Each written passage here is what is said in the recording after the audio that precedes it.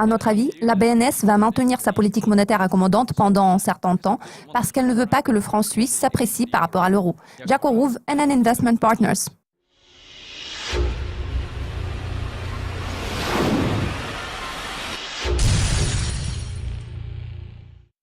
La BNS a laissé ses taux d'intérêt inchangés à leur plus bas historique, conformément aux attentes du marché. Il est généralement prévu que la BNS commencera à normaliser sa politique monétaire l'an prochain. De quel genre de normalisation s'agit-il et comment cela affectera-t-il le franc suisse? Nous sommes d'accord avec l'opinion selon laquelle le franc suisse restera au centre de l'attention de la BNS.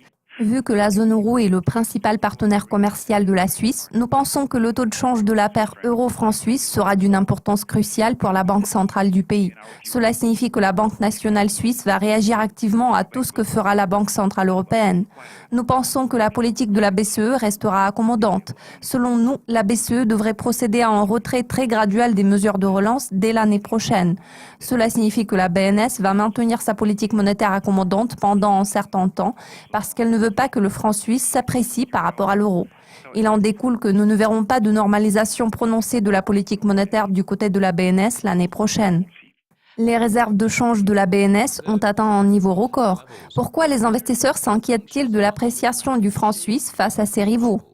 Il est vrai que l'augmentation des réserves de change témoigne du fait que la BNS reste déterminée à empêcher le franc suisse de s'apprécier.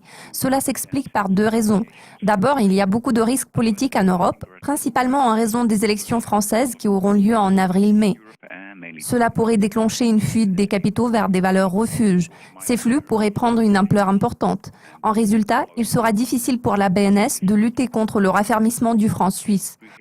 Ensuite, même sans tenir compte du risque politique, nous constatons que le franc suisse est exposé à des pressions structurelles, l'excédent du compte courant du pays ayant atteint près de 10% du PIB.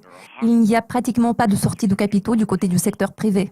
Ce sont les deux principales raisons pour lesquelles les investisseurs s'inquiètent à juste titre de l'appréciation du franc suisse. L'estimation préliminaire de la confiance des consommateurs de l'Université du Michigan a affiché une amélioration, mais le billet vert a subi beaucoup de pression. Il est suivi de près par le franc suisse. Cette tendance va-t-elle se poursuivre? Vous attendez-vous à une appréciation du dollar? En fait, je peux dire que j'ai certaines réserves quant aux perspectives du dollar. Je pense que les attentes du marché fondées sur la force des données économiques émanant des États-Unis sont quelque peu exagérées. Regardons le positionnement des participants au marché. Nous voyons majoritairement des positions acheteuses sur le dollar. Si nous analysons les prévisions de marché, nous constaterons que tout le monde parie à la hausse du dollar. De telles perspectives s'expliquent par les attentes d'une amélioration constante des données économiques. Par contre, c'est l'une des principales raisons pour lesquelles je prévois une baisse du taux de change de la paire dollar-franc suisse dans les 3 à 12 prochains mois. Je pense que le dollar sera exposé à une pression baissière si les données apparaissent décevantes ou bien si la Fed n'adopte pas une attitude aussi belliciste que les participants au marché nous l'espèrent. Merci de votre participation, Jaco. Restez à l'affût de nos mises à jour régulières sur Dukascopy TV car nous vous présenterons très bientôt une nouvelle édition des prévisions.